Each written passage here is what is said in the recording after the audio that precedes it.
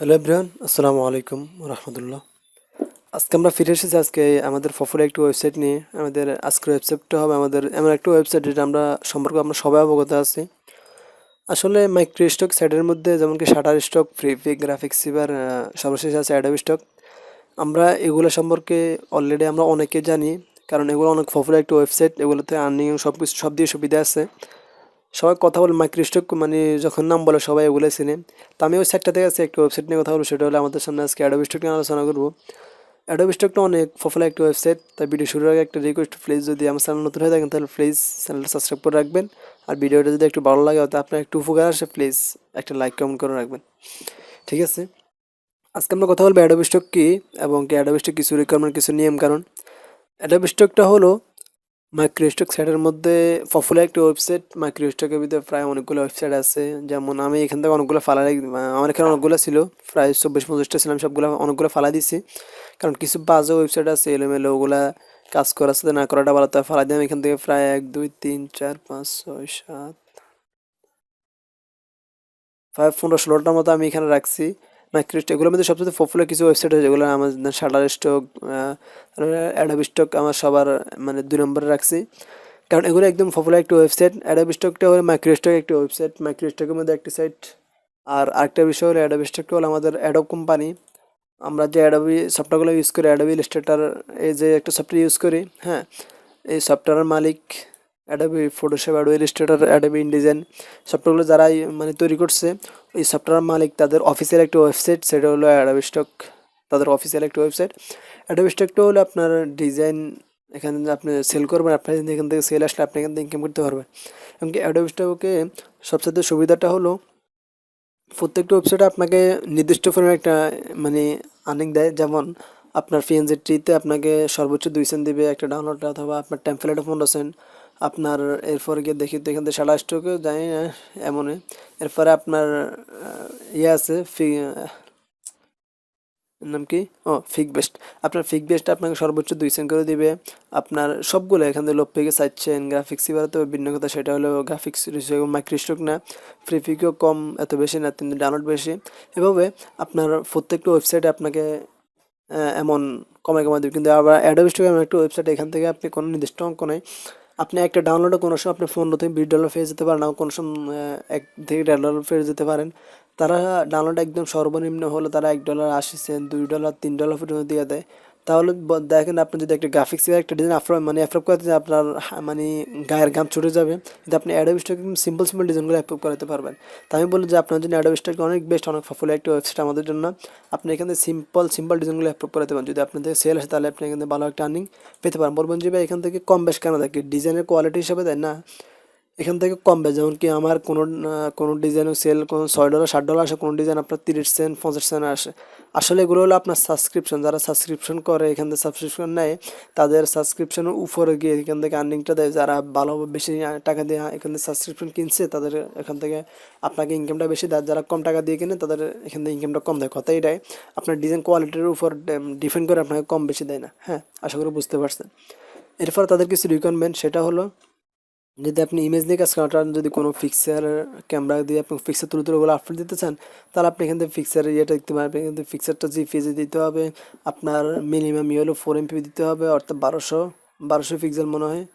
এরপর আপনার সর্বোচ্চ ম্যাক্সিমাম ইয়েতে আপনাকে প্রায় 4000 মতন, 5000 দেখি তো, একটু ওয়েট করেন। এখান থেকে 4800 আপনার ম্যাক্সিমাম আপনার রেজলিউশন দিতে হবে পিক্সেল সাইজটা। এরপর আপনার একটা পিকচারের সর্বোচ্চ সাইজটা হবে আপনার 45 MB। আশা করি বুঝতে পারছেন। আসলে আমরা এখানে তো সবাই গ্রাফিক ডিজাইন নিয়ে কাজ করি, ভেক্টর নিয়ে কাজ করি। হ্যাঁ, তাই আমরা কিন্তু ভেক্টরটা আপলোড দেবো, আমরা কিন্তু শুধু পিকচার আপলোড দেবো না, আমি কিন্তু ভেক্টরটা আপলোড দেবো। ভেক্টর আপলোড দেওয়ার জন্য আমাদের দুইটা সিস্টেম আছে। একটা হলো আপনি এখানে শুধু এআই, এফএস, এসবিজি যে কোনো একটা ফাইল দিবেন, ওকে, দেখেন আপলোড দিয়ে দিবেন, সর্বোচ্চ 45 MB, শেষ। কিংবা আপনি আরেকটা সিস্টেম করতে পারেন, সেটা হলো কিন্তু আপনি এই আপলোড আপনাকে ইনকামটা কিছু কম আসতে পারে।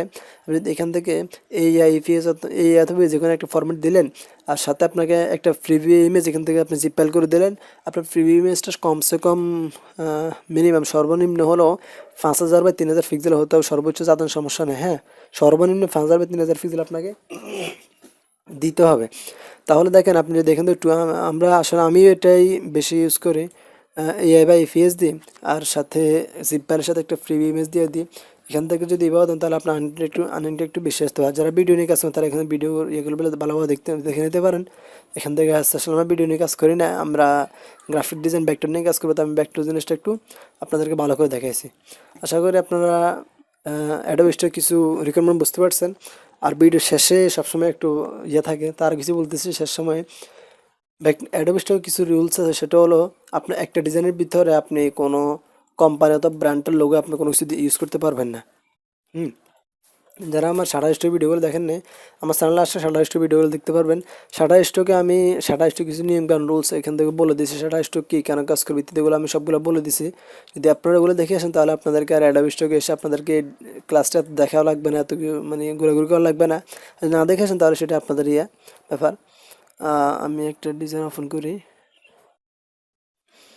হ্যাঁ, দেখেন আমি যদি কোনো একটা সিভি ডিজাইন করি, হ্যাঁ, সিভি ডিজাইন করার পরে আমরা যে সিভিতে কিছু ইনফরমেশন যেগুলো দিই সেটা হলো সিভিতে দিই যে ইউর ওয়েবসাইট হ্যার কিংবা ফোন নাম্বার কিংবা কোনো Facebook icon, social media follow ইত্যাদি অনেকগুলো বিষয় আমরা যেগুলো দিই না, হ্যাঁ, যেগুলো বিষয় আমরা এখান থেকে মানে বসাই।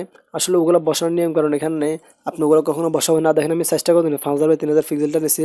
আপনার যখন একটা ফিক্সারে করবেন, আপনার ফিক্সারের ভিতরে কোনো ওয়েবসাইটের নাম দিবেন না, ওয়েবসাইট নামগুলো ডেমো দেবেন। যেমন কি ইউরওয়েবসাইট.com এটাও দেওয়া যাবে না, কারণ তারা ইউরওয়েবসাইট.com এর একটা ওয়েবসাইট আছে। আপনি এখান থেকে শুধু ওয়েবসাইট হেয়ারটা লিখে দেবেন।